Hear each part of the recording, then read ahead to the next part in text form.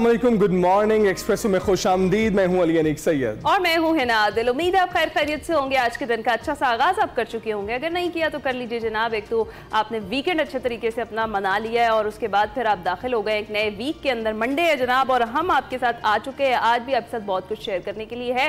जरा weather updates की थोड़ी सी बात कर लेते हैं। आगाज में मौसम के हवाले से जो अलर्ट्स जारी किए गए थे हीट वेव के, वो 19 मई तक के PDMA की जानिब से जारी किए गए थे कि पंजाब और बेशतर जो मुल्क के इलाके हैं वहाँ पर हीट वेव अलर्ट्स हैं और बहुत शदीद किस्म की गर्मी पड़ने वाली है। और यही सूरत हाल देख भी रहे थे, पिछले 2 दिन यही हुआ। लेकिन आज जब हम उठे हैं सुबह तो कदरे मौसम बेहतर था। लाहौर की हम बात कर रहे हैं तो तेज़ जो हवाएं हैं गर्दालूद वो चल रही थी, उन्होंने लाहौर को अपनी लपेट में लिया हुआ था। और अगर हम बात करें तो रावलपिंडी की और जो इस्लामाबाद रावलपिंडी में कल आंधी तूफान और तेज़ बारिश हुई है, जिसके बाद फिर जो मैच है PSL 10 का उसको भी थोड़ा ताखीर से शुरू करना पड़ा और वहाँ का मौसम कुछ बेहतर हो गया था। हम दुआ करेंगे कि जनाब के मौसम अगले आने वाले दिनों में कुछ बेहतर ही रहे, लेकिन जो अलर्ट्स हैं वो खतरे की घंटियां बजा रहे हैं। अपने अपना ख्याल बहुत ज्यादा रखने सारी सिचुएशन के अंदर। आज खसूसी एक सेगमेंट है हमारे पास जिसमें हमने आपको बताना है कि आपने इस हीट वेव से अपने आप को प्रोटेक्ट कैसे करना। बिल्कुल ऐसा ही है और जैसे कि हिना कह रही हैं कि आपको अपना ख्याल जरूर रखना है। इस मौसम की हल्की सी तब्दीली के जो है उसमें सहर में नहीं मुब्तला होना, बल्कि याद रखना है कि हीट वेव अभी जारी रहेगी। प्रेडिक्शन ये थी कि 19 तक एक छोटा सिस्टम दाखिल हो सकता है जिससे हवाएं चल सकती हैं, हल्की बारिश हो सकती है और वो हमने देखा है लाहौर में भी उसका असर दिखाई दिया, खासकर रावलपिंडी और इस्लामाबाद में दिखाई दिया। लेकिन अभी हम बात करते हैं पाकिस्तान सुपर लीग की। उम्मीद करते हैं कि आपने ओवर द वीकेंड इसे एंजॉय किया होगा। पाकिस्तान जो बिल्कुल कलंदर्स और ज़ल्मी का जो मैच था वो एंजॉय करने के लिए जो मेहमान खसूसी थे उनके हवाले से भी आपको बताएंगे, लेकिन तफसीलन जब बात होगी। अभी आपको बताएं कि इस वक्त प्ले ऑफ मरहले में 4 जो टीमें हैं वो डिसाइडेड हैं। अब पता चल गया है कि इस्लामाबाद यूनाइटेड खेल रही है, साथ कोयटा ग्लैडिएटर्स है, साथ कराची किंग्स है और उसके साथ कल जो मैच हुआ है लाहौर कलंदर्स और पेशावर ज़ल्मी के दरमियान, उसके बाद लाहौर कलंदर्स भी प्ले ऑफ के लिए क्वालिफाई कर गया है। जी हाँ, इसके बाद फिर इवेंट के अगले मरहले में पहुंचने वाली 4 टीमों का फैसला हो चुका है। PSL 10 के पॉइंट्स टेबल पर नजर डाल लेते हैं तो कोयटा ग्लैडिएटर्स पहले मरहले के अपने तमाम 10 मैचेस खेलकर 15 पॉइंट्स के साथ सरे-फहरिस्त है। कराची किंग्स की बात करेंगे 9 मैचेस में 12 पॉइंट्स के साथ दूसरे और लाहौर कलंदर्स तमाम 10 मैचेस खेलकर 11 पॉइंट्स के साथ तीसरी पोजीशन पर बराजमान है। इस्लामाबाद यूनाइटेड 9 मैचेस में 10 पॉइंट्स के साथ पॉइंट्स टेबल पर चौथी पोजीशन पर आ चुका है। कहां राज बरकरार था इस्लामाबाद यूनाइटेड का टॉप पर, फिर उसके बाद अब देखें कि कहां पहुंच गया। पेशावर ज़ल्मी की बात करेंगे तमाम 10 मैचेस खेलकर 10 पॉइंट्स के साथ 5वीं और मुल्तान सुल्तान 10 मैचेस में सिर्फ 2 पॉइंट्स हासिल करके 6ठी पोजीशन पर है। दोनों टीमों का इवेंट में अब सफर खत्म हो चुका है और आज कराची किंग्स और इस्लामाबाद यूनाइटेड के दरमियान लीग मरहले का आखिरी मैच खेला जाएगा, जिसके बाद फैसला होगा कि प्ले ऑफ मरहले में कौन सी टीम किससे टकराएगी। हफ्ते के रोज दोबारा PSL के मैच के आगाज से पहले हमने आपको बताया कि किस तरीके से सेलिब्रेट किया पूरी कौम ने। शोहदाए वतन की अजीम कुर्बानियों को खिराज अकीदत पेश किया गया। शोहदा के लिए 1 मिनट की खामोशी भी इख्तियार की गई। फिर army chief general Syed Asim Munir HBF PSL match देखने के लिए रावलपिंडी क्रिकेट स्टेडियम में आए। मिली नगमों पर शायकीन क्रिकेट के साथ पाकिस्तान जिंदाबाद के भरपूर नारे भी लगाए। गुज़िश्ता रोज भी PSL में पाक फजाइया के जवानों को जबरदस्त खिराज तहसीन पेश किया गया और air chief marshal Zaheer Ahmed Babar Sidhu Rawalpindi stadium पहुंचे और रावलपिंडी स्टेडियम में तकरीब हुई। शानदार किस्म की आतिशबाजी का मुजाहिरा भी वहां पर किया गया। क्या खूबसूरत विजुअल्स थे, क्या खूबसूरत हमने बताया अपने दुश्मन को कि हम किस तरीके से जिंदा कौम है, किस तरीके से हम सेलिब्रेट करती हैं अपनी फतह को, अपने शोहदा को कैसे हमने खिराज अकीदत पेश किया है। तो ये सारी चीजें जो है ना वो निशानियां हैं। और इसके साथ साथ इस्लामाबाद यूनाइटेड और कराची किंग्स का आज मैच है, उसके बाद तय कि किसका जो टाकरा है किससे होगा और जो चारों प्ले ऑफ की टीमें हैं कैसे एक दूसरे के मद्दे मुकाबिल होंगी। और जनाब अमूमन मैं नकल करता हूँ हिना की अपनी टाइम मैचिंग करके, और आज मेरा ख्याल है हिना ने मेरी नकल की हुई है। मैं पहले आ चुकी थी, मैं कर चुकी हूँ। अब आप कवर ना करें, चले आगे बढ़ते हैं। बड़ी खबर में देखते हैं कि आज हम क्या बात कर रहे हैं।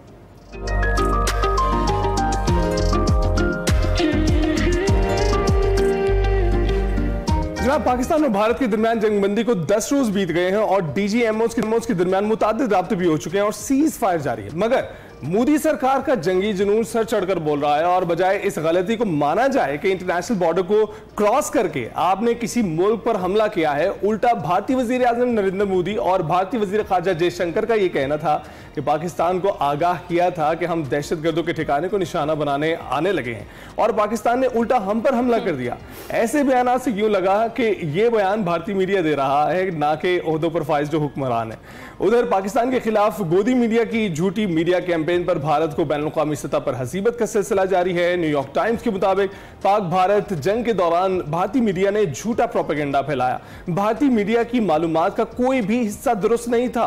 पाकिस्तान के खिलाफ गुमराहकुन वीडियो फुटेज मसनूई जहानत से झूठ फैलाया गया और भारतीय फौज की जबरदस्त कामयाबियों का झूठा तज़किरा भी किया गया।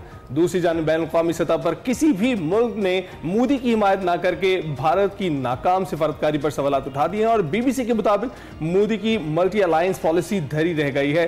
चीन और तुर्की समेत मुतादिद मुमालिक ने पाकिस्तान की खुली हिमायत का ऐलान किया है, जबकि भारत को आलमी तनाई का सामना करना पड़ा। भारतीय वज़ीर ख़ारजा जयशंकर आज से 3 रोज़ा सरकारी दौरे पर नेदरलैंड्स, डेनमार्क और जर्मनी जाएंगे, जहां वो इन ममालिक से ऑपरेशन सिंदूर समेत दीगर मामलात पर गुफ्तगू भी करेंगे। भारत ने आलमी रहनुमाओं को ऑपरेशन सिंदूर के दिफा में दलाइल पेश करने के लिए 7 मुख्तलिफ ग्रुप तश्कील दिए हैं, जो मुख्तलिफ ममालिक में जाकर ब्रीफिंग भी देंगे। उधर पाकिस्तान ने भारतीय प्रोपेगेंडा बेनकाब करने के लिए आलमी सिफारती मुहिम शुरू करने का फैसला किया और बिलावल भुट्टो की क़यादत में वफ्द मुख्तलिफ ममालिक का दौरा भी करेगा। वफ्द लंदन, वाशिंगटन, पेरिस, ब्रसेल्स में जाएगा, भारतीय प्रोपेगेंडा को बेनकाब करेगा।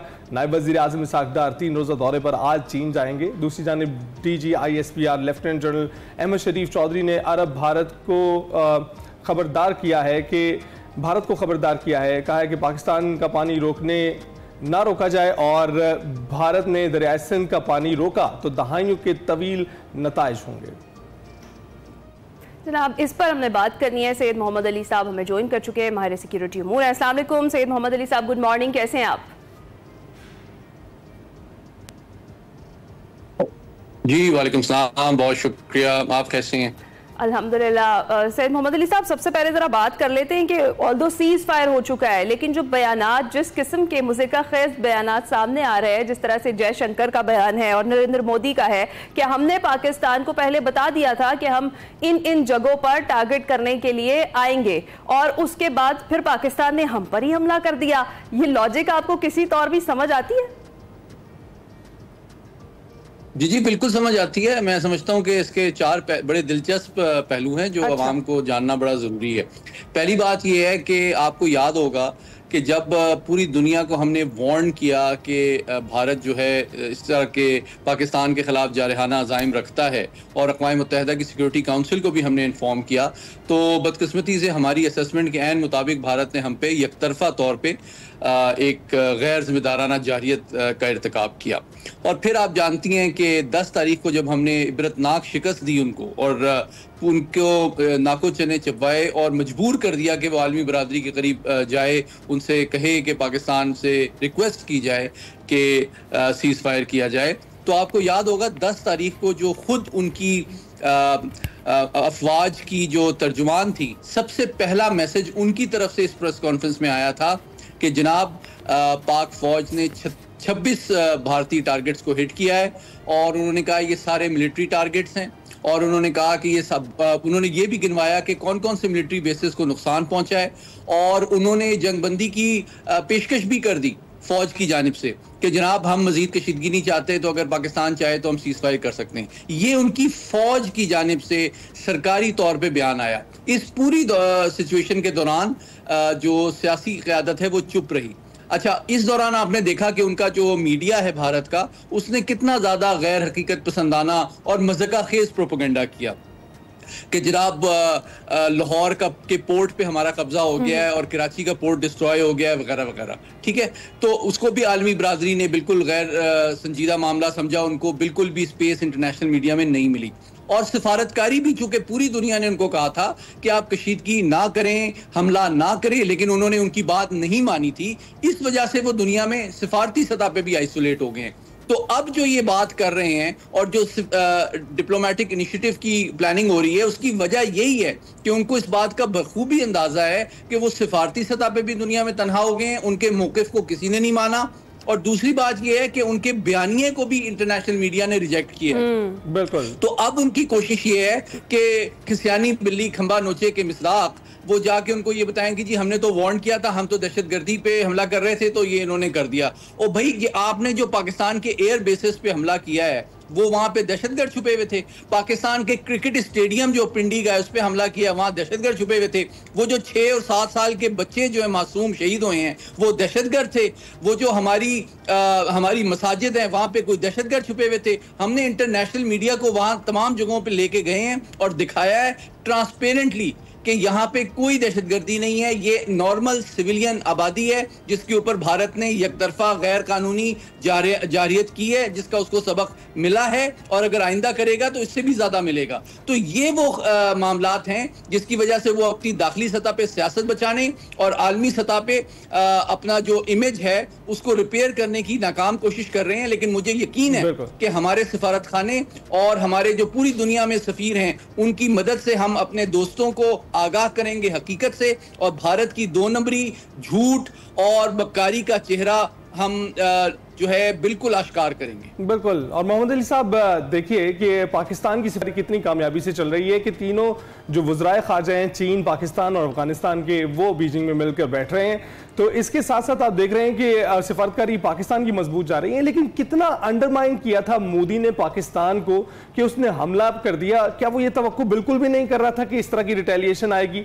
और हमने देखा कि पहले तो उन्होंने कहा कि हमने दहशतगर्दों के ठिकानों को जो है निशाना बनाया, फिर उसके बाद उन्होंने एयरपोर्ट्स पर हमले करने के शुरू कर दिए, जो एयर बेसिस थे उस पर हमले करने शुरू कर दिए। तो आपको लगता है कि कुछ ऐसा था मोदी सरकार के जहन में कि वो सारी सूरत हाल को अंडरमाइन कर रहे थे और ताकत के नशे में चूर थे? जी बिल्कुल, इसकी कई वजूहात हैं। पहली वजह यह है कि आप जानते हैं कि उनके अपना सियासी मजबूरियां और मकासद हैं। अभी जिस तरह बिहार के इलेक्शन आने वाले हैं, वो बदकिस्मती से बीजेपी की हमेशा से कोशिश रही है कि पाकिस्तान के ऊपर जारियत करके वो मुस्लिम पाकिस्तान और कश्मीर दुश्मनी का वोट हासिल करना चाहते हैं। दूसरी बात यह है कि उनको ये गलतफहमी भी है कि वो कोई बड़ी आलमी ताकत बन चुके हैं और अब वो चीन को कंटेन कर सकते हैं और उनको पूरी दुनिया ने कील कांटे से लेस कर दिया है, तो पाकिस्तान तो वो तरने वाला समझते थे। और तीसरी बात, उन्होंने अंडर एस्टिमेट किया पाकिस्तान के रिजॉल्व, विल, यूनिटी और कैपेबिलिटी को कि हम जो हैं अपनी सॉवरेंटी, आज़ादी, खुद मुख्तारी और अपनी इज्जत नफ्स का दिफा करेंगे, हम अपनी कौमी सलामती का दिफा करेंगे और हम क्विड प्रो को प्लस के तहत मुकम्मल तौर पे हर डोमेन में जिस भी नौइयत और लेवल का हमला आएगा उससे 3 गुना नुकसान दुश्मन को पहुंचाएंगे। और हमने पूरी दुनिया के सामने ये साबित कर दिया। और उसका सबूत ये है कि इस वक्त लीडिंग मगरबी जरीदों में संजीदा हलकों में ये बात हो रही है कि जनाब J-10C दुनिया के बेहतरीन जहाज के तौर पर उभरा है, उसके शेयर्स भी बढ़ गए हैं और अब वो मगरबी ताकतों को ये मसला, ये तशवीश जाहिर हो गई है कि उनकी कंपनीज और उनके जो हथियार और तैयारे हैं उनकी मार्केट जो है कम हो जाएगी और चाइना की डिमांड बढ़ जाएगी। ठीक है। और सैयद मोहम्मद अली साहब, जिस तरीके से अभी आपने भी बात की कि हमेशा से भारत इस तरह का कोई ना कोई ओछा हथकंडा अपनाता है, फॉल्स फ्लैग ऑपरेशन करता है और फिर उसके बाद एक मजलूम की हैसियत से सामने आ जाता है और बज़ाहिर पाकिस्तान को टेररिस्ट स्टेट दिखाने की कोशिश करता है और अपना ये बयानिया बेचता आ रहा है बहुत अरसे से भारत। लेकिन इस बार मुंह की कहानी पड़ी और ये जो बयानिया है वो नहीं बिका कहीं पर भी। तो जो सफारती महाज पर हमारी कामयाबियां हैं जो हमने समेटी है, जिस तरह से अली ने भी बात की कि हम कहाँ खड़े हैं और इस वक्त इंडिया कहाँ खड़ा है, इस बदलती हुई सूरत हाल पर क्या कमेंट करेंगे?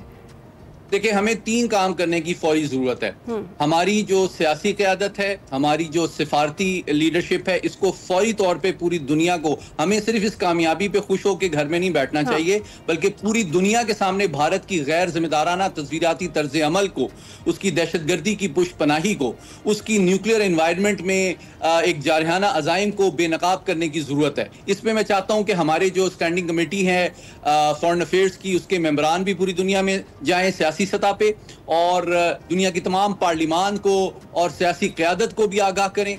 हमारी जो सिफारत खाने हैं पूरी दुनिया में, वो अपने इंटरलोक्यूटर्स को, दूसरे ममालिक के दफ्तर खारजा, वज़राए खारजा को आगाह करें। और साथ ही साथ हमारे मीडिया का काम है कि आलमी बरादरी को भी बताएं।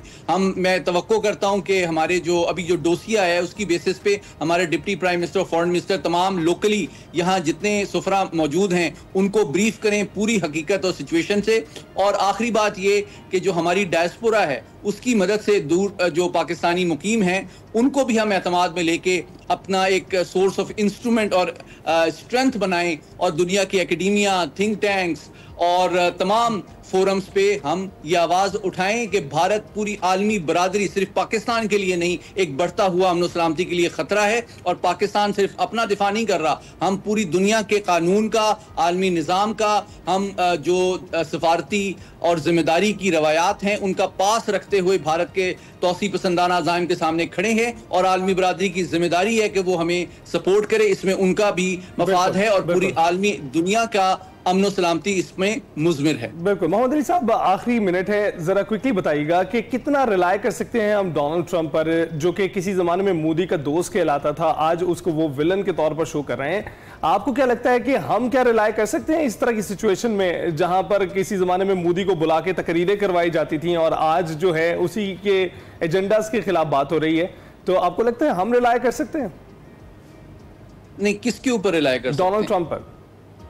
नहीं, देखिए बात यह है कि डोनाल्ड ट्रंप का जो इनिशिएटिव है और जो इंटरवेंशन है वो बहुत जबरदस्त और बर वक्त और अहम है। हम उसको अप्रिशिएट और वेलकम करते हैं, लेकिन सिर्फ उनके बयानात पे हमें भरोसा नहीं करना चाहिए। हमें सिफारती सियासी एतबार से डोनाल्ड ट्रंप के साथ भी इंगेज करना चाहिए। और उसकी जो तशवीश है कि यहाँ पे एक एटमी जंग छिड़ सकती थी, उसको वो तमाम हकायक हमें हमारी सियासी और सिफारती क़यादत को पेश करना चाहिए, ताकि वो बाखबर हो कि भारत जो है उसको पिछली अमरीकी हुकूमतें कितनी कोताह नजरी में आम करती रही हैं, इक्विप करती रही हैं, जिसको वो चीन को कंटेन नहीं करने के लिए इस्तेमाल कर रहा, बल्कि कश्मीरियों पाकिस्तान के खिलाफ इस्तेमाल कर रहा है। और कितने गैर जिम्मेदाराना अंदाज से इस्तेमाल कर रहा है कि उनकी तमाम इन्वेस्टमेंट भी जाया हो रही है। तो उनको वो हकायक बताना जरूरी है, ताकि वो ज्यादा कंसिस्टेंसी के साथ, ज्यादा कमिटमेंट के साथ जो है इस डायलॉग को शुरू करा सकें, भारत पे दबाव डाल सकें कि वो अपनी कानूनी और जिम्मेदारियां पूरी करे और खास तौर पे इंडस वाटर ट्रीटी में वापस जाए। हाँ, बहुत जरूरी है। बहुत शुक्रिया। सैयद मोहम्मद हमारे साथ मौजूद थे। खित्ते की बदलती हुई सूरत हाल पर हम बात कर रहे थे। अभी हम जाएंगे छोटी सी ब्रेक पर, आप कहीं ना जाएं। वेलकम बैक टू एक्सप्रेसो टी। अब आपकी मुलाकात करवाते हैं दुनिया की कम उम्र तरीन कोह पैमाई के रिकॉर्ड बनाने वाली पाकिस्तानी लड़की से। जी हाँ, दुनिया की कम उम्र तरीन कोह पैमा सलीना ख्वाजा का ताल्लुक एबटाबाद से है और उन्होंने महज 9 साल की उम्र में दुनिया की तीसरी 6050 मीटर बुलंद तरीन चोटी मिंगली को सर करके आलमी रिकॉर्ड बनाया था। सलीना ने जुलाई 2019 में 7027 मीटर बुलंद स्पैंटिक नामी जो चोटी है उसे सर किया, जिसे गोल्डन पीक के नाम से भी जाना जाता है। स्पैंटिक को सर करने के बाद उन्हें 7000 मीटर बुलंद पहाड़ की चोटी पर पहुंचने वाली दुनिया की सबसे कम उम्र शख्सियत बनने का एजाज भी हासिल है। और सिर्फ यही नहीं, सलीना ख्वाजा 5765 मीटर बुलंद को सर चोटी भी सर करने का आलमी रिकॉर्ड बना चुकी हैं, जबकि एबटाबाद की जो 3000 मीटर बुलंद मीरन जानी चोटी है उसको सलीना 263 मरतबा सर कर चुकी हैं। और सलीना की कामयाब तरीन चोटी सर करने के सफर में उनके वालिद यूसुफ ख्वाजा उनके हमरा रहे। सलीना ने कोह पैमाई का बुनियादी कोर्स भी कर रखा है। मजीद सलीना हमारे साथ ही मौजूद है, उनसे बात करते हैं। Salina, thank you very much हमें ज्वाइन ली। कैसी हैं आप? मैं ठीक हूँ, thank you for having me. You most welcome. Salina, सबसे पहले ये बताइएगा कि कौन सी क्लास में आप पढ़ती हैं और कोह पैमा बनने का शौक कैसे पैदा हुआ आप में? मैं अभी 11th क्लास में हूँ, ओ लेवल्स कर रही हूँ।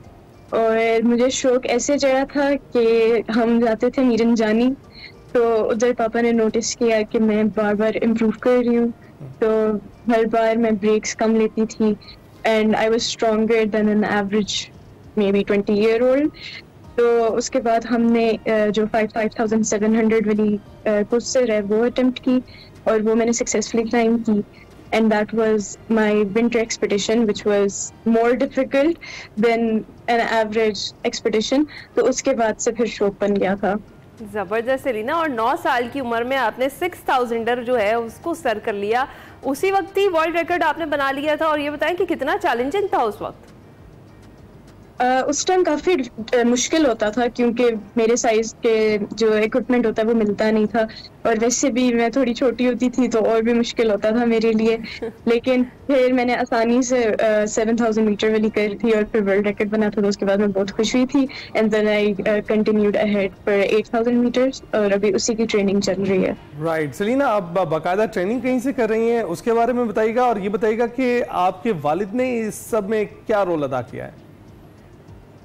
मेरे पापा ने सब में ये रोल अदा किया है कि वही मेरे ट्रेनर हैं, वही मेरे डाइटिशियन हैं, और उसके अलावा ट्रेनिंग मैंने level 1 and level 2 mountaineering course लिया हुआ है, लेकिन जो फिलहाल हम पहाड़ से पहले जाने की ट्रेनिंग करते हैं that is in the gym and going on multiple and different sort of difficulty की हाइक्स।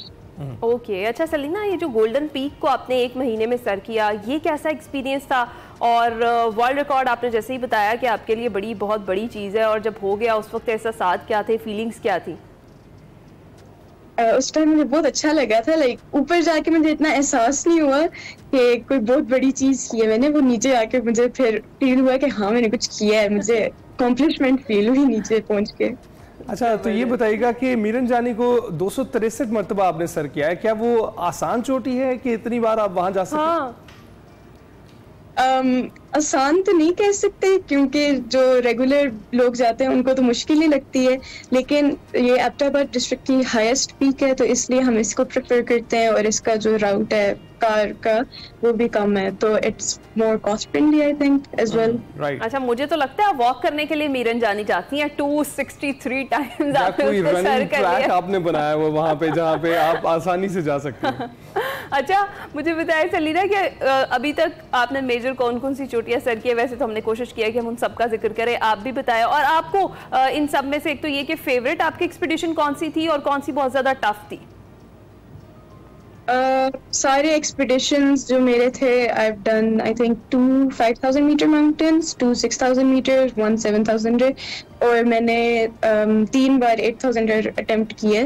तो सबसे मुश्किल वाज मेरा जो पिछले साल मैं नांगा पर्वत पे थी, बिकॉज मैं पहुंचने ही वाली थी समिट पे 500 मीटर से, फिर मुझे वापस मुड़ना पड़ा। तो I think that was the toughest one because उसका जो एक किनशोफर वॉल है that is the most difficult out of all the mountains, so that was the toughest.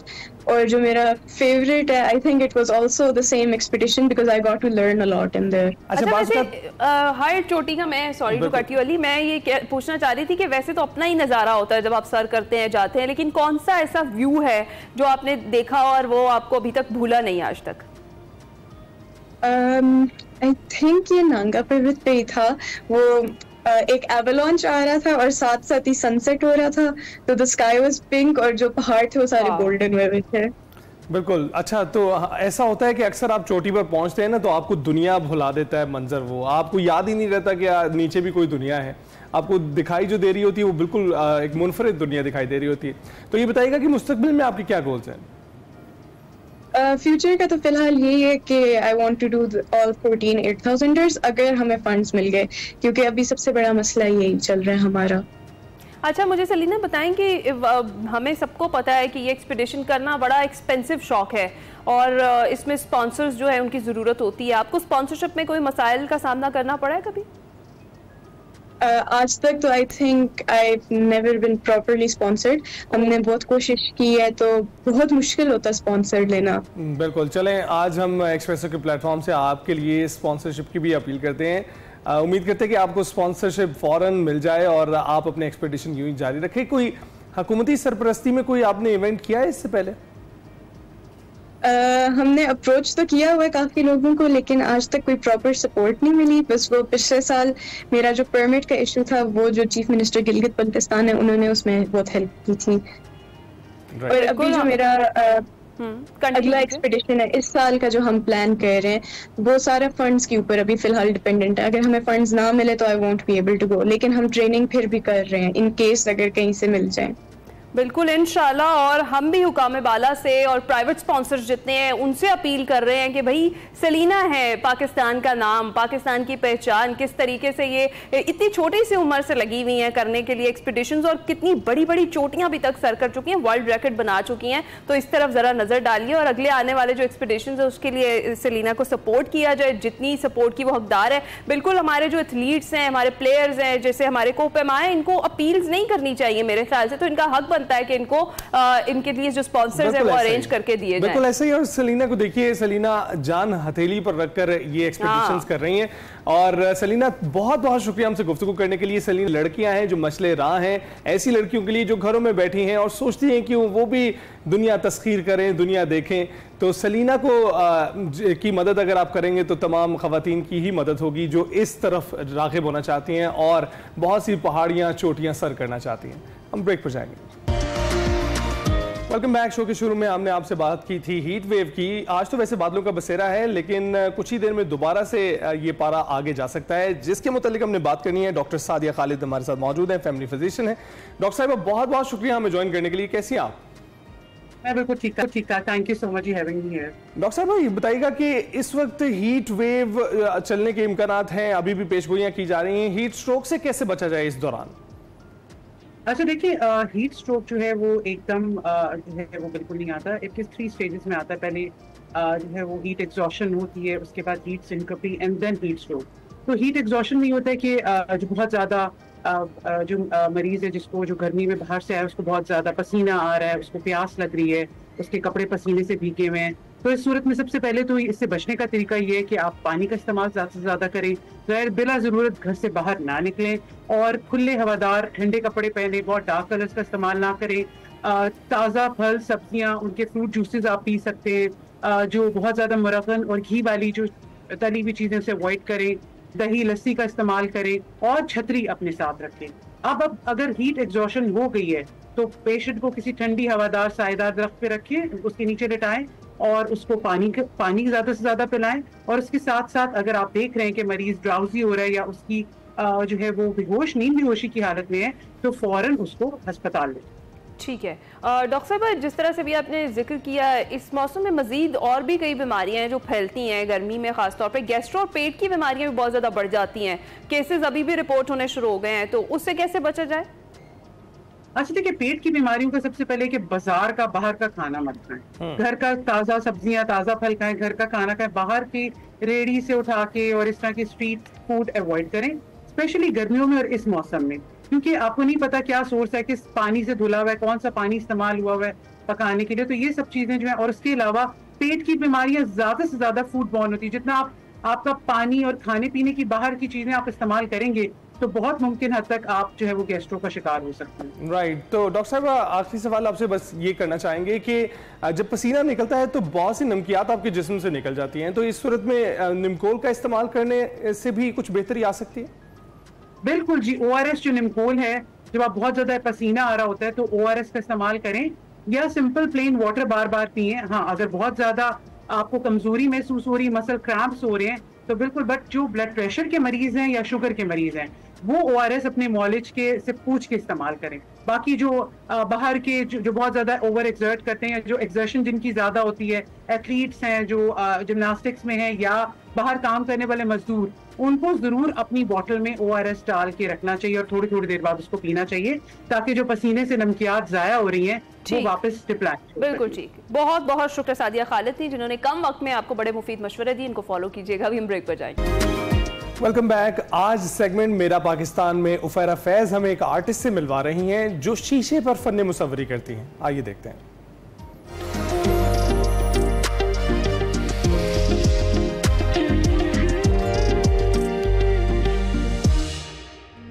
आज मैं आपको फन की एक ऐसी दुनिया में लेकर आई हूँ जहाँ शीशे के टुकड़े जब रंगों और रोशनियों से मिलते हैं तो कमाल की दास्तानें बयान करते हैं। तो आइए आपको लेकर चलते हैं अंदर और आपकी मुलाकात एक होनहार आर्टिस्ट से करवाते हैं।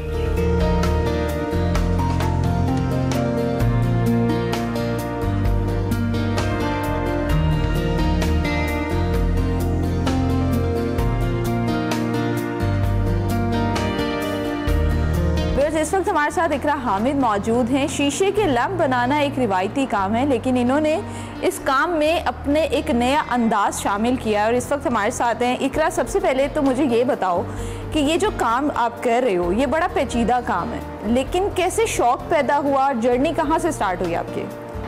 बेसिकली मैं पहले सिर्फ पेंटिंग करती थी, मुझे पेंटिंग का शौक़ था, तो मुझे था कि कुछ डिफरेंट करूं और कुछ नया बनाऊं। तो मैंने सोचा कि ग्लास पेंटिंग से क्यों ना मैं लैंप्स बनाऊं, और फिर मैंने इसको जब बनाया तो वो एक डिफरेंट चीज़ बन गई और उसके रिफ्लेक्शंस मुझे बहुत ज़्यादा पसंद है, तो इस वजह से मैं लैंप्स बनाना स्टार्ट। ठीक है, मुझे ये बताओ कि किसी से सीखा है, प्रॉपर ट्रेनिंग ली है या गॉड गिफ्टेड टैलेंट है? 10 क्लास के बाद से मैंने स्टार्ट की कि मैंने आर्ट प्रॉपर सीखनी है, और मैंने खुद से सीखी और डिफरेंट बाद में इंस्टीट्यूट ज्वाइन किए, लेकिन पहले मैंने खुद से सीखी। तो अगर हम बात करें आपकी इस प्रोजेक्ट की जो इस वक्त हमारे पीछे डिस्प्ले भी हुआ है, तो मुझे बताओ कि शीशे पे काम करना जो है वो बड़ा डिफ़िकल्ट काम है। ख़ास तौर पे पेंट्स को हैंडल करना, इसके अलावा कलर की जो कंसिस्टेंसी होती है उसको देखना, सरफेस को हैंडल करना बड़ा मुश्किल होता है। तो किस तरह की टेक्निक्स आप यूज़ करते हो? सरफेस को हैंडल करना थोड़ा सा मुश्किल तो है, लेकिन ये कि मैं ज़्यादातर ग्लास पेंट्स यूज़ करती हूँ, तो उसमें थोड़ा सा इजी होता है। अगर मैं इस पर एक्रेलिक यूज़ करूँ तो एक्रेलिक ये कि ड्यूरेबल नहीं है, थोड़ा सा यहाँ पे इससे जल्दी उतर जाता है। ट्रांसपेरेंट यूज़ करती हूँ ताकि लाइट का रिफ्लेक्ट आ सके। तो अगर हम बात करें इसके प्रोसेस की, ज़ीरो से हम अगर इसका प्रोसेस स्टार्ट करें तो क्या क्या चीज़ें इसमें शामिल होती हैं? अगर स्टेप वाइज आप हमें बताओगे इसमें क्या क्या चीज़ें होती हैं? लाइक सबसे पहले हम प्लेन ग्लास लेती हूँ मैं, उसके ऊपर मैं लाइनर लगाती हूँ। लाइनर से इसका सारा डिज़ाइन हम ड्रॉ करते हैं, स्केच कर लेते जी, हैं? सारा स्केच करते हैं, सारा जिस तरह का डिज़ाइन चाहिए होता है उस तरह सारे ड्रॉ कर लेते हैं। इसका एक एक ये अगर आप ये लैंप देख सकते हैं तो इसमें एक एक जो पोर्शन है उसको मैंने अलग अलग से बनाया हुआ है, क्योंकि जो ग्लास पेंट होता है वो बहुत ज़्यादा लाइक लिक्विड होता है और वो जो उनसे वो इस तरह नहीं होता कि आपको इसकी कंसिस्टेंसी इतनी ज़्यादा नहीं होती थिक, तो मुझे उसके लिए जो उनसे अलग अलग पोर्शंस बनाने पड़ते हैं और उसको फिर मैं फिल करती हूँ। अच्छा इकरा, मुझे ये बताओ कि ये जो भी इसमें क्या क्या प्रोसीजर रिक्वायर्ड होते हैं और कौन कौन से स्टेप होते हैं? बेसिकली ये सारा जो भी मैं लैंप्स बनाती हूँ, क्योंकि ये पाकिस्तान में अवेलेबल नहीं है अभी, तो मुझे इसके लिए एक एक चीज़ खुद करनी पड़ती है। कहाँ से आप सोर्स करवाते हो इसको? एक मैंने वेंडर रखा हुआ है जो कि मेरे ये सारा वुड का काम करता है, मेरे सारे बेस और सब कुछ जो है वो वेंडर मुझे बना के देते हैं। ग्लास की बात है, ग्लास में खुद उसको ला के कटिंग करती हूँ जो जो मुझे डिज़ाइंस चाहिए होते हैं उसके मुताबिक, और फिर उसके बाद मैं उसके ऊपर सारा लाइनर लगा के उसको पेंट करने के बाद फिर मैं इसको ये 3D फॉर्म में करती हूँ। लाइक इसको जिस तरह से शेप चाहिए होती है, ट्रायंगल में, रेक्टेंगल, स्क्वायर, जो भी मुझे शेप चाहिए होती है मैं उसके मुताबिक उसको सारा सेट करती हूँ। एक लैंप जो है उसको प्रॉपर्ली बनाने में कितना टाइम रिक्वायर्ड होता है? इसको बनाने के लिए अगर मैं प्रॉपर एक लैंप के प्रॉपर प्रोसेस की बात करूँ तो मुझे 2 से 3 डेज लग जाते हैं एक लैंप को बनाने में। एक लैंप को बनाने में जी। और जितने भी आप डिज़ाइन बनाते हो क्या ये आप खुद से डिपिक्ट करते हो या कहीं से आइडिया लेते हो? कुछ लैंप्स के डिज़ाइन ऐसे भी होते हैं जो मैं इंटरनेट से लेती हूँ, कुछ होते हैं कि जो मैं खुद ड्रॉ करती हूँ। डिफरेंट डिज़ाइन होते हैं, कुछ नेचर से इंस्पायर होकर मैं डिज़ाइंस बनाती हूँ, कुछ आर्टिस्ट से इंस्पायर होकर मैं लैंप्स बनाती हूँ। ठीक है, इसमें जो पेंट्स आप यूज़ करते हो या जो ग्लास यूज़ करते हो वो प्लेन ग्लास होता है या एक्रेलिक ग्लास होता है? नहीं, मैं इस पर प्लेन ग्लास यूज़ करती हूँ। एक्रेलिक पे इसलिए शिफ्ट नहीं होती क्योंकि एक्रेलिक इतना ड्यूरेबल नहीं है और उसकी फिनिशिंग वो नहीं आती जो एक ग्लास की फिनिशिंग है, वो एक्रेलिक की कैसे आ सकती है। अच्छा, ग्लास के साथ काम करना भी बड़ा मुश्किल होता है क्योंकि आपको कट्स लग जाते हैं, तो इस प्रोसीजर में किस किस तरह के चैलेंजेस का आपको सामना करना पड़ता है? बहुत सारे चैलेंजेस का। सबसे ज़्यादा दुख तब होता है जब आपका एक प्रोजेक्ट बना रहे हैं और एकदम से वो टूट जाए। ओह, ऐसा हुआ है कभी? बहुत दफ़ा हुआ है मेरे साथ। एक दफ़ा हुआ था, मतलब लाइक मेरा प्रॉपर एक लैंप था जो कि मैंने अब बनाया था फ्लोर लैंप। ओके। और मैं उसको पूरा बनाने के बाद सब कुछ रेडी हो गया और उसके बाद मैंने उसको पैक करके रखा है, लेकिन मैंने उसके नीचे से उसको बंद नहीं किया था और मैंने उसको बॉक्स उठाया और वो सारा गिर गया और वो टूट गया। और लाइक उस टाइम पे मैं आपको एक्सप्लेन नहीं कर सकती कि मैं कितना सैड हो गई थी, बिकॉज वो मेहनत थी। अच्छा, कोई ऐसा प्रोजेक्ट है जो अभी तक आपने बनाया हो जो आपके दिल के बहुत करीब हो? ये वाला, ये कैट वाला? ये कैट वाला। क्या रीज़न है इसके पीछे, क्या स्टोरी है? ये एक ऑर्डर था और मैंने बनाया था इसको उनके लिए। मुझे कैट्स वैसे पसंद नहीं है। ओके।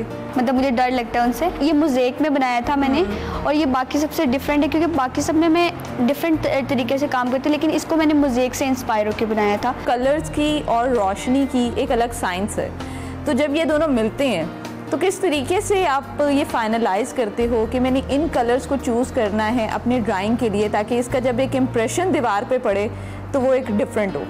मैं बेसिकली जब मैं एक बनाने लगती है, एक डिज़ाइन बनाने लगती है, तो मैं पहले ग्लास के ऊपर पेंट डाल के उसको कैमरे की लाइट से और लाइक फ्लैश लाइट से उसको रिफ्लेक्ट करके देखती हूँ कि वो उसका कैसा कलर आएगा। अच्छा, आप चेक करते हो? पहले चेक करती हूँ मैं कि अच्छा मुझे ये कलर्स बनाने हैं, तो मैं उन कलर्स को पहले डालती हूँ एक ग्लास के ऊपर सारा करके और फिर मैं उसको चेक करती हूँ कि उसका कैसा रिफ्लेक्ट आएगा, क्योंकि ये बहुत ज़रूरी है। लोग बाय करते हैं इसको और इसलिए करते हैं क्योंकि इसके रिफ्लेक्ट्स बहुत अच्छे हैं।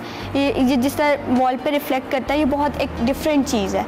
ठीक है, तो जब आपने ये प्रोजेक्ट बनाया था तो आपकी फैकल्टी का, आपके फ्रेंड्स का, फैमिली का किस तरह का रिस्पांस था?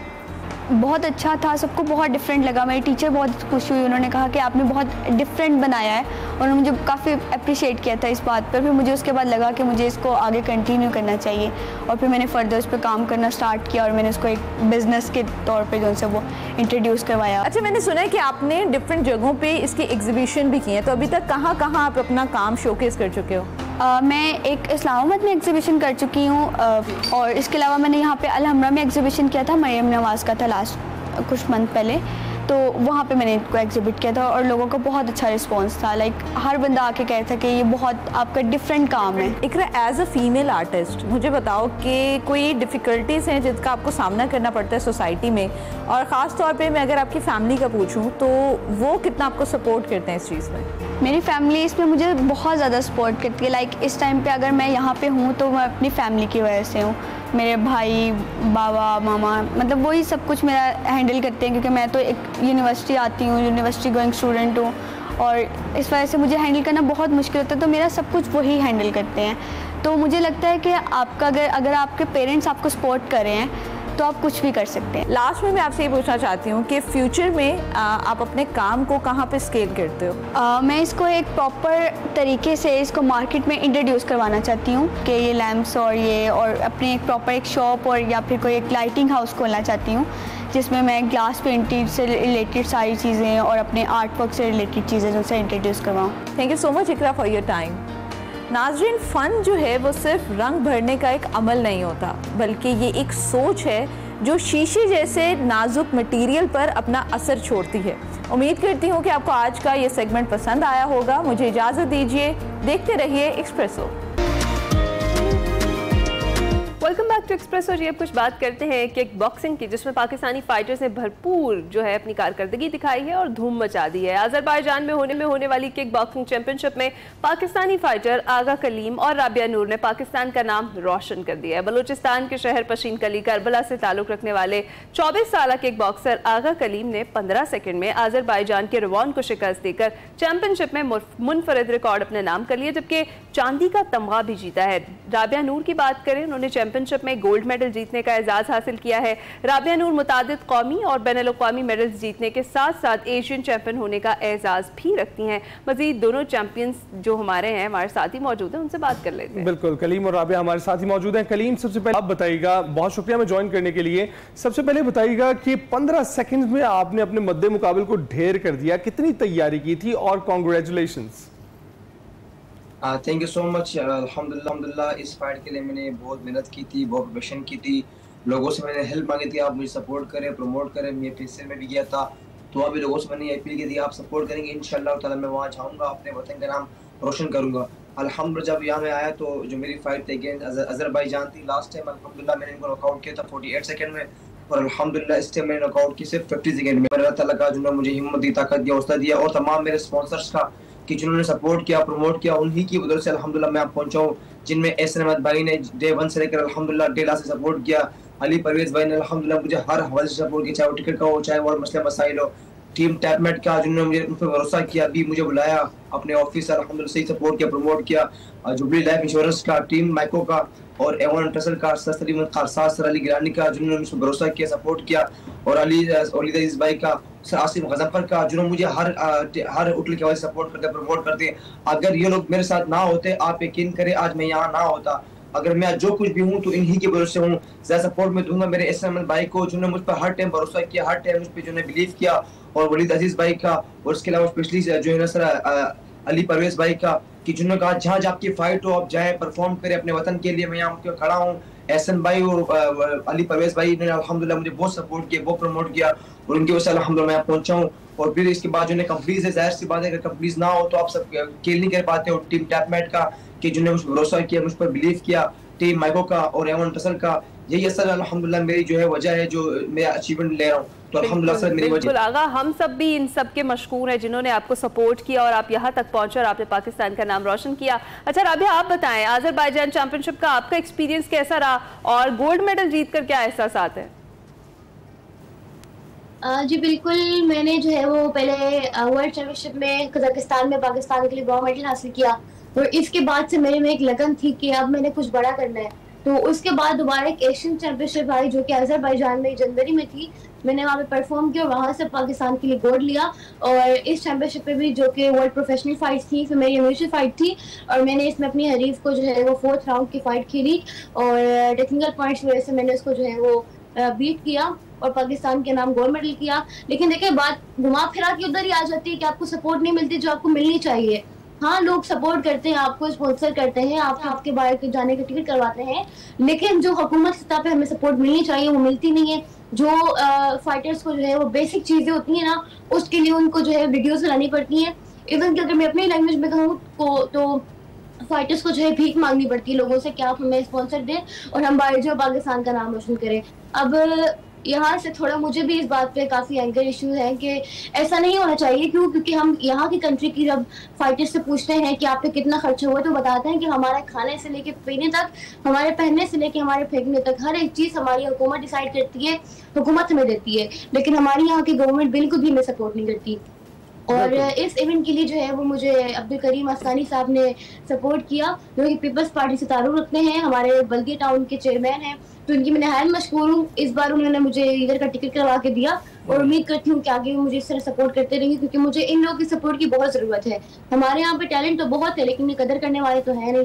अब जो लोग कदर करते हैं वो चीज़ को बेहतर जानते हैं और हमें सपोर्ट करते हैं, लेकिन ये सपोर्ट बर वक्त रहती है, हर टाइम की नहीं रहती। तो अब थोड़े बहुत इश्यूज तो ये आते हैं हमारी फाइटर्स की लाइफ में, और बाकी तो हम जो है वो फुल रेडी हैं अपनी आगे वाली फाइट्स के लिए और मुकम्मल तौर पर तैयारी करते हैं। मेरे कोच मुझे जो है हम लोग कैंप लगाते हैं, बहुत ज़्यादा टफ ट्रेनिंग करते हैं, इसीलिए कि हम दूसरे ममालिक में जाएं और पाकिस्तान के लिए कुछ करें। बिल्कुल ठीक, आपका जो शिकवा है वो बजा है, लेकिन शायद एक स्पोर्ट्समैन के लिए, एक स्पोर्ट्स वुमन के लिए सबसे बड़ा एजाज़ यही होता है कि वो अपनी फाइट जीत कर आए और ढेर सारे मेडल्स लेकर आए। तो क्या आपका भी इरादा कोच की तरह ही है कि ढेर सारे मेडल्स लेकर आने? बिल्कुल, देखें अब ढेर सारी चीजें जमा करके हमें कोई फायदा तो नहीं है। हमें हमारे दिल में एक शौक है, एक अरमान है कि अपने मुल्क की खातिर कुछ करना है आपने, वरना फ्री में तो कोई ऐसे बेल्ट नहीं देता ना, एक आपको मेडल देता है। तो हम खेलते हैं, अपना खून पसीना बहाते हैं, किसके लिए? अपने वतन के लिए। तो इस मीडिया के तहत जो लोग हमें देख रहे हैं या हमारी आवाज़ को सुन रहे हैं, तो काइंडली हमें सपोर्ट करें, प्रमोट करें। और अब हमने इतने सारे इंटरव्यूज में इतनी सारी जगहों पे ये बात की है कि हुकूमत सपोर्ट नहीं करती। वो देखा भी होगा, काफ़ी सारे कारकुनों ने देखा होगा, काफ़ी सारे पार्टीज के बंदों ने देखा होगा, लेकिन वही बात है कि अब अगर कोई लड़की हो, डांस कर रही हो टिकटॉक पे या नाच रही हो या कोई इस तरह की इन्फ्लुएंसर हो, तो उनको जो है वो फुल हाइट मिलती है, बहुत सारे स्पॉन्सर मिलते हैं। हालांकि कंपनी उनको अप्रोच करती है कि आप हमारे एड्स बनाएं, हमारी ये चीजें बनाएं, वो चीजें बनाएं, लेकिन जो असल सितारे होते हैं पाकिस्तान के, असल हीरोज होते हैं, तो उनको सपोर्ट नहीं मिलती। असल सपोर्ट उनको मिलती है जो लड़कियां डांस कर रही होती हैं व्हाटएवर इस तरह। लेकिन अब मेरी बात कि मैं जिस इलाके से ताल्लुक रखती हूँ, उस इलाके में पढ़ना तक जो है वो बच्चियों को नामुनासिब समझा जाता है और बहुत पाबंदी है। लेकिन उस इलाके से मैं निकली हूँ अपने पाकिस्तान के लिए कुछ करने के लिए, और इतनी सारी अचीवमेंट मैंने जो है वो हासिल की है, इतने सारे मेडल हासिल किए हैं, लेकिन उसके बाद जो है वो सपोर्ट नहीं मिले। तो लोग ये कहते हैं कि बेटा आपको सपोर्ट मिल रही नहीं है तो आप इस काम को छोड़ दें, लेकिन मैं नहीं छोड़ूंगी। अल्लाह पाक बेहतर जानते हैं कि मेरे नसीब में आगे क्या है क्या नहीं, लेकिन मैं अपने मुल्क के लिए जो मुझे बेहतर लगेगा, जितना मैं करना चाहूंगी मैं करूंगी इंशाल्लाह। बिल्कुल आप दिल छोटा ना करें। आप जिस तरह से आपके हौसले बुलंद है, जिस तरह से आप फाइट्स जीत रही है, गोल्ड मेडल्स ला रही है, आप लाती रहिए। एक्सप्रेसो के प्लेटफॉर्म से हम भी आपके लिए अपील करेंगे कि आपके जो स्पॉन्सरशिप के मसाइल है वो खत्म हो जाए। जी, हमारे ये स्टार्स हैं, इनकी चमक को मांद नहीं पड़ने दे रहा। अच्छा आगा, आप बताएं कि फ्यूचर में किस इवेंट के लिए आप अभी तैयारी कर रहे हैं? जी बिल्कुल, आगे हमारी जो इन फ्यूचर जो हमारी फाइट्स है, इसमें जो है ना तुर्की का इवेंट है और उसके अलावा मॉस्को का इवेंट है और उसके अलावा जो है कजाकिस्तान का इवेंट है। तो ये 3 इवेंट हमारे आगे पड़े हैं, हम उसके लिए अल्हम्दुलिल्लाह भरपूर मेहनत कर रहे हैं। अच्छा, जिस तरह आपने कहा कि आपने कई बार पाकिस्तान को रिप्रेजेंट किया, अल्हम्दुलिल्लाह मैंने 4 टाइम खेला है इंटरनेशनल चैंपियनशिप, मैंने पाकिस्तान को रिप्रेजेंट किया। इसलिए अल्हम्दुलिल्लाह 2 टाइम मैं वर्ल्ड चैंपियन हूँ, जो मुआय थाई का इसमें 40+ कंट्रीज पार्टिसिपेट करती है ऑल ओवर द वर्ल्ड। उसके अलावा अल्हम्दुलिल्लाह मैं 2 टाइम एशियन चैंपियन हूँ और उसके अलावा अल्हम्दुलिल्लाह मैं 2 टाइम वर्ल्ड ब्रोंज मेडलिस्ट भी हूँ और उसके अलावा अल्हम्दुलिल्लाह मैं 1 टाइम सिल्वर मेडलिस्ट। मैंने अल्हम्दुलिल्लाह 5 टाइम वर्ल्ड चैंपियनशिप के लिए, जिसमें अल्हम्दुलिल्लाह 2 time gold, 2 time bronze medallist, 1 time silver medallist और 2 टाइम एशियन चैंपियन। मगर इतनी सारी चैंपियनशिप खेलने के बावजूद हमें, आप यकीन करें, हर इवेंट के लिए वीडियो बनानी पड़ती है, लोगों के पास जाना पड़ता है। आप चाय होटल में 12 घंटे काम भी करो, ठीक है, फिर उसके बाद आप 3 घंटे ट्रेनिंग भी करो, फिर उसके बाद आप लोगों के पास जाओ, हेल्प भी मांगो, उसके बाद आप मीडिया पर आओ, लोगों से अपील करो कि भाई हमारी फाइट आ रही है। लोग कहते हैं कि भाई कौन सी फाइट हो रही है, किधर फाइट हो रही है, इसमें आपको क्या मिल रहा है, पैसे मिल रहे हैं, नहीं मिल रहे, क्या सूरत हाल है। देखो, हर चीज पैसा नहीं होता है। हमारा जो मकसद है सिर्फ नाम पाकिस्तान का, जहाँ पर पाकिस्तान का नाम आ जाए तो वहाँ पर हम पैसों के लिए काम नहीं करते, वहाँ से अपने वतन के लिए काम करते हैं। अल्हम्दुलिल्लाह अभी तक हमने जितने फाइटें के लिए, आप यकीन करें, हमें कोई पैसा नहीं मिले फाइट से, मगर एक जज्बा, एक जुनून जो पाकिस्तान के लिए वो हमेशा रहेगा। तो जहाँ जहाँ हमें मौका मिलते हैं अपने वतन के लिए, वहाँ अल्हम्दुलिल्लाह पार्टिसिपेट करते हैं। इसके अलावा अल्हम्दुलिल्लाह 10 टाइम मैंने ऑल सिंध चैंपियनशिप के लिए, 10 टाइम और कराची चैंपियनशिप के लिए, एशियन चैंपियनशिप के लिए, इसके अलावा 2 टाइम में नेशनल चैंपियन हूँ, वुशु चैंपियन हूँ, थ्वाई चैंपियन हूँ अल्हम्दुलिल्लाह, नोमाद में चैंपियन हूँ अल्हम्दुलिल्लाह। चैंपियनशिप के लिए मेरे पास इस वक्त अल्हम्दुलिल्लाह 8 बेल्ट्स है, इस तरह के बड़े बड़े 8 बेल्ट्स है। उसके अलावा जो है मेरे पास लातार मेडल्स है, इंटरनेशनली, नेशनली और कौमी सतह पर अल्हम्दुलिल्लाह वो मेडल पड़े। मगर वही बात आती है जो एक होता है प्रॉपर सपोर्ट। अगर आपके पास प्रॉपर सपोर्ट मिल जाए, आप जो है ना चाय काउंटर का काम छोड़कर सिर्फ जो है ना इस स्पोर्ट पर तवज्जो दें और काम के साथ उस स्पोर्ट के साथ जो है ना आपको अच्छी सैलरी मिले किसी कंपनी की तरफ से, तो आप जो है ना आपका सिर्फ माइंड जो होता है माइंड बिल्कुल होता है फ्रेश होता है।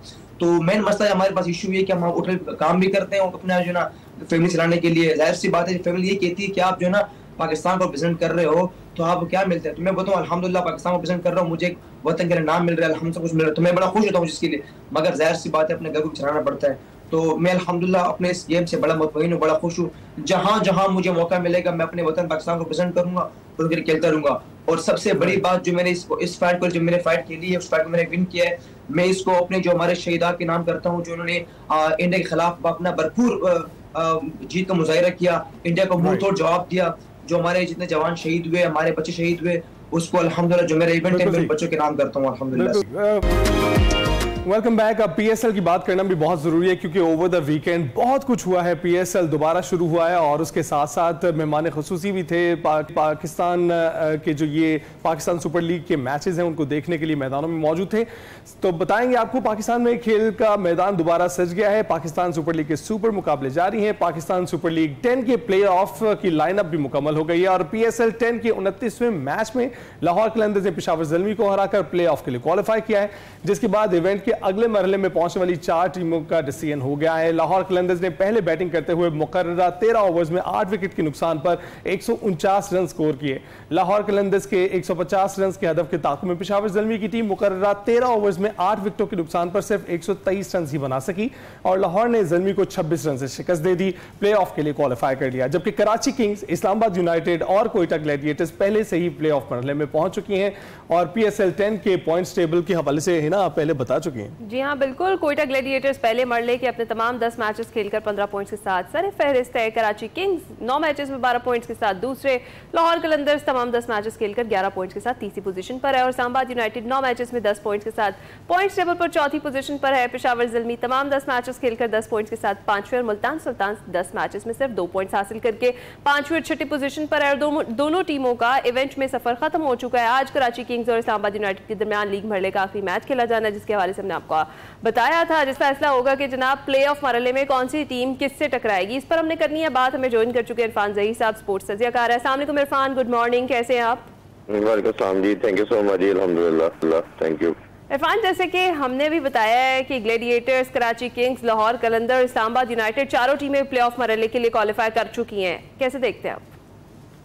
जी बिल्कुल, जो टॉप 4 टीम थी जो पॉइंट टेबल पे वैसे भी नजर आ रही थी और जो बेहतर क्रिकेट खेल रही थी उन्होंने क्वालिफाई किया। और लोग ये अच्छी चीज ये थी कि बिल्कुल एंड में आके डिसाइड हुआ, लास्ट में मैच पे जाके ये डिसाइड हुआ कि कौन सी टीम प्ले ऑफ के लिए क्वालिफाई करेगी। यही खूबसूरती है पीएसएल की, यही सब लोग देखना चाह रहे थे।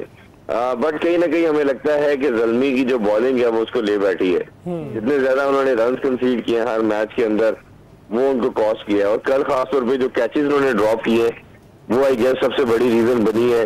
जो 26 रन का जो डिफरेंस आया समहाउ विक्ट्री के अंदर भी वो उनको कॉस्ट कर पड़ा। और दूसरी चीज ये है कि जब आप अपने जब बड़ा मैच खेलते हैं कुछ है तो आपको कुछ डिफरेंट करना होता है। आज लोग जब हमने ये बात करते हैं कि जब बारिश हो गई थी ओवर को कर्टेल कर दिया गया था तो ये किसी साइड पे इधर वे मैच जा सकता था।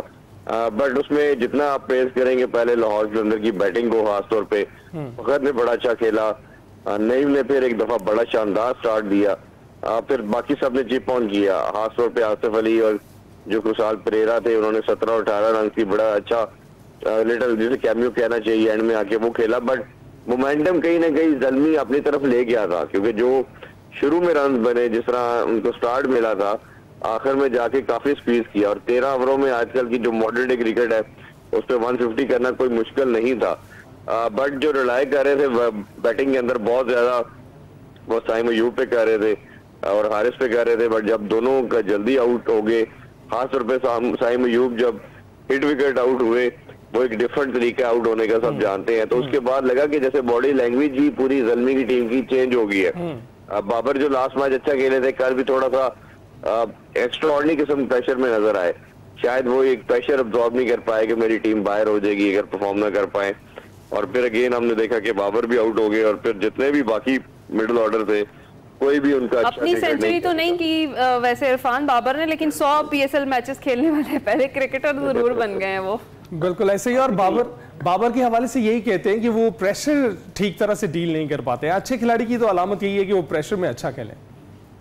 देखिए ये हमने बहुत ज्यादा बात की है बाबर के लिए भी, रिजवान के लिए भी, कि आपने अगर अपने कैरियर के उस जगह पे पहुंच गए, आप देखें ना बाबर को भी ऑलमोस्ट 10 साल खेलते हुए हो गए, चाहे वो लीग क्रिकेट की बात करते हैं चाहे इंटरनेशनल क्रिकेट की बात करते हैं।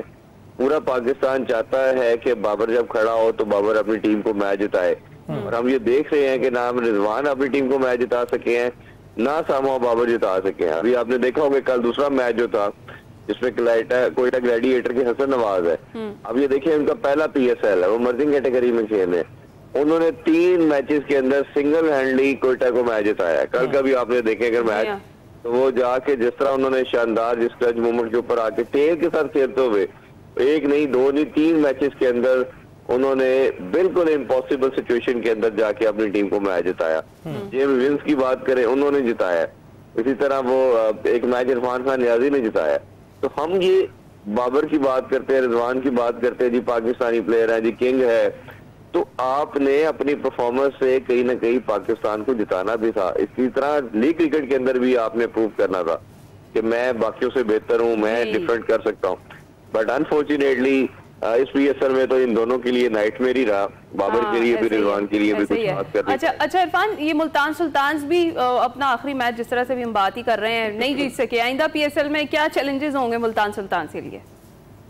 देख रहे हैं, ये तो अभी देखना पड़ेगा ये मैनेजमेंट रहती है या नहीं रहती, क्योंकि ये 10 PSL के बाद आपकी ये दोबारा बिडिंग होगी, और अगर ये रिलीज करते हैं जो अभी रिसोर्सेज आ रहे हैं कि शायद वो ज्यादा कंफर्टेबल नहीं है बोर्ड भी इनके साथ और ये भी आगे कंटिन्यू करने के लिहाज से, तो अभी ये देखना पड़ेगा अली तरीन कंटिन्यू करते हैं कि नहीं। अगर करते हैं तो इनको 0 से स्टार्ट करना पड़ेगा। अभी भी मुझे ये लगता है कहीं ना कहीं उन्होंने हर सब कुछ खुद करने की कोशिश की। देखिए क्रिकेट ऐसा नहीं है, ये बच्चों का गेम नहीं है कि आप कहेंगे जी कोच भी मैं हूँ, सिलेक्टर भी मैं हूँ और मैं ही सब कुछ पिक करूंगा। वो ड्राफ्ट के अंदर प्लेयर भी उन्होंने खुद ही सिलेक्ट किए। फिर इस एंडी फ्लार की बहुत बड़ी हिट पड़ी उन्हें, जो इनका पहले हमेशा हर दफा कोच होते हैं इनको फाइनल में लेके जाते हैं। जब कोच नहीं थे तो मेरे सोर्सेज के मुताबिक डिसीजन में बहुत ज्यादा इन्वॉल्वमेंट थी अली जरीफ साहब की, तो फिर आपने पिक सही नहीं किया, फिर आप बड़े नामों पे चले गए। जो अभी भी बात कर रहे हैं कि आप कई दफा आप बड़े नाम आपको विक्ट्रीज नहीं दिलवाते, आपको परफॉर्मर विक्ट्री दिलवाते हैं जो आपकी फॉर्म में होते हैं। तो आपने बिडिंग करते हुए जब आप ड्राफ्ट के अंदर पिक करेंगे प्लेयर, तो आपने देखना है कि किस प्लेयर की फॉर्म अच्छी है। कई दफा बड़ा नाम होता है वो अपनी बेस्ट क्रिकेट खेल चुका होता है, उसका कैरियर जो है वो डिक्लाइन की तरफ होता है, तो आपने ये चीज भी कंसिडरेशन में रखनी है। तो ये बड़ी माइन्यूट चीजें होती हैं जो आपने कंसिडरेशन में रखते हुए ड्राफ्ट के अंदर प्लेयर को पिक करना है। फिर कॉम्बिनेशन बनाना पड़ता है, क्या आया मेरे पास पेसर पूरे हैं, स्पिनर पूरे हैं, मेरे पास मिडिल ऑर्डर आ गए हैं, ओपनर आ गए हैं। हमने देखा है कि वो सिर्फ और सिर्फ एक तरह के प्लेयर उन्होंने सारे सेलेक्ट कर लिए, तो वो भी कहीं ना कहीं बैटिंग के अंदर बात कर रहा हूँ वो भी इनको कॉस्ट किया। ये शुरू से उनको स्क्रैच से स्टार्ट करना पड़ेगा। जैसे लाहौर की कोयटा की बात करते देखते हैं कि वो कम बैक करते हैं कि नहीं करते। तो ये बताइएगा इरफान कि इस्लामाबाद यूनाइटेड कराची किंग्स आज उनका आमना सामना है। इस्लामाबाद यूनाइटेड जो है उसका एक मोमेंटम था और जीत मुसलसल उनका मुकद्दर नजर आ रही थी, लेकिन फिर एक दूसरा मोमेंटम शुरू हुआ है और मुसलसल वो नाकामियों का से दो चार रहे हैं। तो आपको लगता है कराची किंग्स से अगर आज मैच होता है तो 50 रन से शिकस्त दे सकती है, 33 गेंदें अगर पड़ी हों तो उसकी दूसरी पोजीशन भी आ सकती है? जी बिल्कुल वो कोशिश करेंगे, क्योंकि मैं ये बताता चलूं कि दो टीमें होंगी, उनके पास एडवांटेज ये होता है कि उन्होंने जब पहला क्वालिफायर खेलना है तो अगर आप जीतते हैं तो डायरेक्टली फाइनल में चले जाते हैं, और अगर आप हारते हैं तो हारने के बावजूद आप इवेंट से बाहर नहीं होते, फिर आप एलिमिनेटर 1 और 2 में जाएंगे, तो फिर आप यानी कि एक दफा फिर खेल सकते हैं आप। तो ये आपके पास एडवांटेज होता है, तो इसलिए दोनों टीमों ये फाइट जरूर करेंगी कि आज का मैच मत जीते। इस्लामाबाद यूनाइटेड ने जो सबसे बड़ा प्रॉब्लम अपने के साथ किया कि जब वो पहले 5 मैच जीते थे कंसेक्टिव, उसके बाद उन्होंने खैर कप्तान भी कंप्लेसेंट हो गए, उनको भी शादाब को थोड़ी इंजरी आई, बट दूसरी उन्होंने सबसे बड़ी गलती की कि हर मैच के अंदर 5, 4, 6 चेंजिंग करते चले गए। दुनिया क्रिकेट के अंदर आप कोई भी क्रिकेट खेलें, चाहे इंटरनेशनल है या डोमेस्टिक खेलें या लीग क्रिकेट खेलें, आपके फंडामेंटल चेंज नहीं होते अली, वो आपके सेम रहते हैं। फंडामेंटल यही कहते हैं कि आपका जो कोर है, जो आपका कॉम्बिनेशन है, आपने उसी के साथ जाना है। ये आप कर नहीं सकते, ये मजाक नहीं है कि आप एक मैच में 4 खिला लेते हैं, आज में 3 खिला देते हैं। वो बेसिकली उनको उनका ओवर कॉन्फिडेंस लेके मार गया, और ये तो गुड लक रही कि जल्मी बुरा खेल की नहीं, तो अदरवाइज ये क्वालिफिकेशन में शायद बाहर भी हो जाते हैं, ये क्वालिफाई ना कर पाते अगले राउंड के लिए। तो ये इनके लिए ब्लेसिंग इन डिस्गाइज हुआ कि वो हारे हैं, तो ये इनके लिए सेफ एग्जिट मिला। बट अभी भी आज मुझे सुनने में यही आ रहा है शादाब फिट हो गए हैं, वो खेलेंगे, और अब मुझे लगता है कि अपनी गलतियों से सीखेंगे, क्योंकि अब इनके जो कोच हैं वो पाकिस्तानी टीम के भी कोच बन चुके हैं, माइक हैसन। बिल्कुल ऐसा ही है। अब मेरा ख्याल है कि सेम कॉम्बो के साथ जाएंगे जो आगे तीनों सोच रहे होंगे। बिल्कुल ठीक, बहुत शुक्रिया। इरफान ज़हीर हमारे साथ मौजूद थे। देखते हैं जी इस्लामाबाद यूनाइटेड रूटी फतह को मना पाती है या फिर कराची किंग्स की फतह होती है। देखते हैं आज के मैच में क्या पोजीशन बनती है। अभी हम जाएंगे एक ब्रेक पर।